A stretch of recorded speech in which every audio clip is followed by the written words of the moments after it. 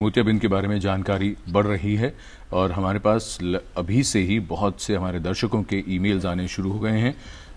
Doctor मानवदीप Singh, आपसे हम यहाँ ये बात जानना चाहेंगे। अमूमन मोतियाबिंद के बारे में तो यही कहा जाता है कि ये बढ़ती उम्र में होता है, बुजुर्गों को ही होता है, 50-60 वर्ष की उम्र के बाद होता है। इस बात का जवाब मैं चाहूँगा, लेकिन एक प्रश्न भी जोड़ देता हूँ। रत्नेश गुप्ता ने ये सवाल भेजा है। इन्होंने लिखा है कि इनकी उम्र 24 साल है। मुझे बचपन से ही दोनों आंखों में मोतियाबिंद यानी कैटरेक्ट था। अभी दोनों आंखों का ऑपरेशन हो चुका है। मैं ये जानना चाहता हूँ क्या मेरे बच्चों को भी इसका होने का खतरा है और मुझे इसके लिए क्या सावधानी बरतनी चाहिए। दोनों ही बातें जोड़कर, उम्र की बात और ये इनको 24 साल। देखिए, सफ़ेद मोतिया जन्म से भी हो सकता है, बचपन में भी हो सकता है, चोट लगने से भी हो सकता है, लेकिन अमूमन यह उम्र के साथ 40 साल के बाद ही होता है। लेकिन इन सब कंडीशंस में हो सकता है, ऐसी बात नहीं है।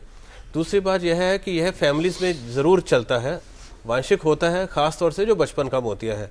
जो बड़ी उम्र का मोतिया है वह एक बीमारी नहीं है, वह एक नॉर्मल एजिंग प्रोसेस है। जैसे बाल हर एक के सफ़ेद होने हैं, ऐसे हर एक को सफ़ेद मोतिया होगा।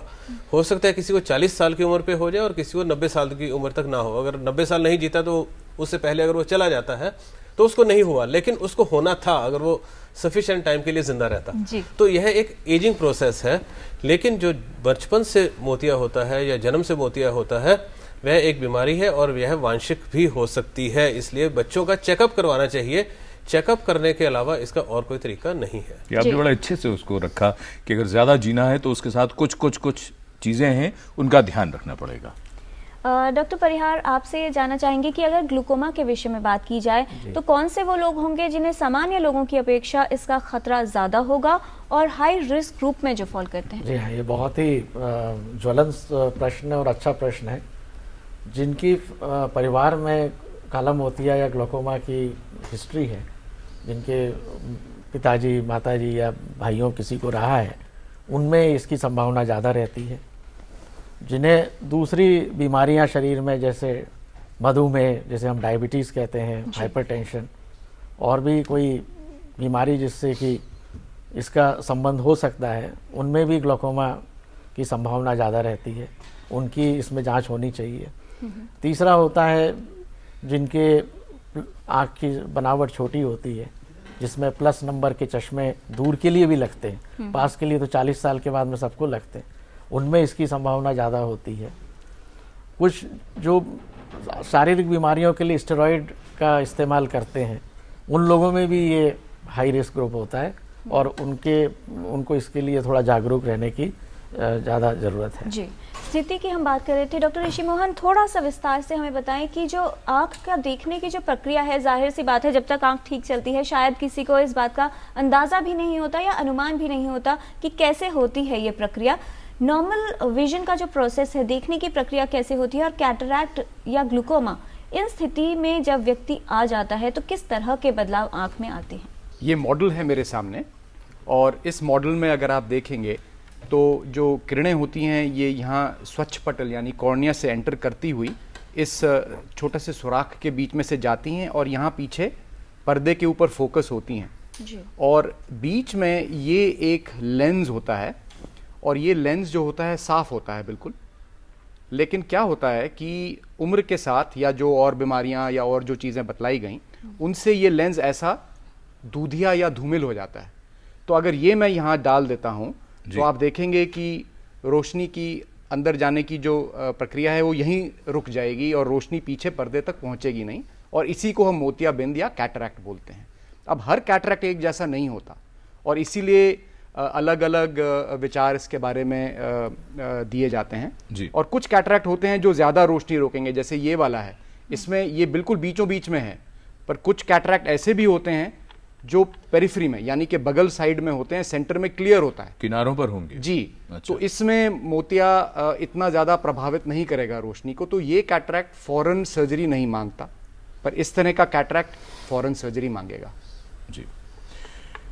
डॉक्टर तित्याल, एक बात जो अमूमन कही जाती है मोतियाबिंद को लेकर, जो सर्जरी की बात आ गई है, अक्सर ये कहा जाता है कि मोतियाबिंद है, इसे पकने दो, अभी तो कच्चा है, अभी तो डॉक्टर साहब ने आज बताया है, आराम से कराएंगे सर्जरी। क्या सर्जरी पकने तक यानी डिले करना चाहिए अगर नहीं करना चाहिए तो क्यों नहीं करना चाहिए? आई थिंक जैसे आपने सवाल पूछा था, एक तरह से देखा जाए तो बहुत अच्छा सवाल है। ये सब जो है टेक्नोलॉजी इम्प्रूवमेंट के बेस में इसको आंसर कर सकते हैं। आज से 30 साल पहले हमारे पास ऐसी टेक्नोलॉजी नहीं थी जो आपकी रोशनी इम्प्रूव कर सके उस क्वालिटी तक कि आप जल्दी सर्जरी करा लें, क्योंकि आँख के अंदर लेंस लगाने की विधि जो है हमारे देश में 30 साल पहले तक अच्छी तरह से थी नहीं। तो आदमी की रोशनी जो है बड़े मोटे चश्मे के साथ इम्प्रूव होती थी कैटरेक्ट सर्जरी के बाद, वो भी उतनी अच्छी क्वालिटी की नहीं होती थी। इसलिए हम लोग कहते थे कि जब तक चल रहा है चलने दो, क्योंकि जो सर्जरी के बाद जो नज़र आएगी उतनी अच्छी नहीं हो सकती है।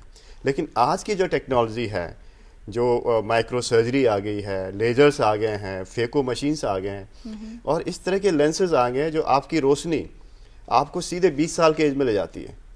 तो इसलिए जो आज की जो सर्जरी है वो डिमांड बेस्ड है।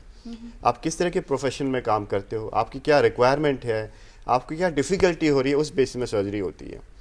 यहाँ तक कि कुछ लोगों की जो विज़न जो हम रिकॉर्ड करते हैं उनकी विज़न 6/6 हो सकती है, लेकिन जैसे शाम को गाड़ी चलाते हैं उनकी विज़न 6/60 हो सकती है, क्योंकि जो बीच में जो मोतियाबिंद होता है पीछे की तरफ, वो जो है जब रोशनी कम होती है तब तो दिखाई देता है, जैसे रोशनी पड़ती है वो ब्लाइंड हो जाता है। तो टाइप ऑफ कैटरेक्ट और टेक्नोलॉजी जो आ गई है उससे जो है थिंकिंग बिल्कुल चेंज हो गई है। मरीज़ की रिक्वायरमेंट और सर्जन की एक्सपर्टी दोनों मिला के हम डिसाइड करते हैं कि उसको कब और किस वक्त सर्जरी की ज़रूरत पड़ेगी। जी डॉक्टर मानवदीप, ग्लूकोमा की बात करें तो कितनी प्रकार का हो सकता है, और जो भी उसके प्रकार होगी किस तरह से विजन इफेक्ट होगा व्यक्ति का? हम काले मोतियों को मोटे तौर पे 4 हिस्सों में डिवाइड करते हैं। पहला होता है कंजेनिटल या इन्फेंटाइल ग्लूकोमा, जो जन्म से या जन्म के सून आफ्टर, मतलब पहले कुछ महीनों में या 1-2 साल की उम्र तक होता है। इसका इंसिडेंस 10,000 में एक लाइव बर्थ के अंदर होता है।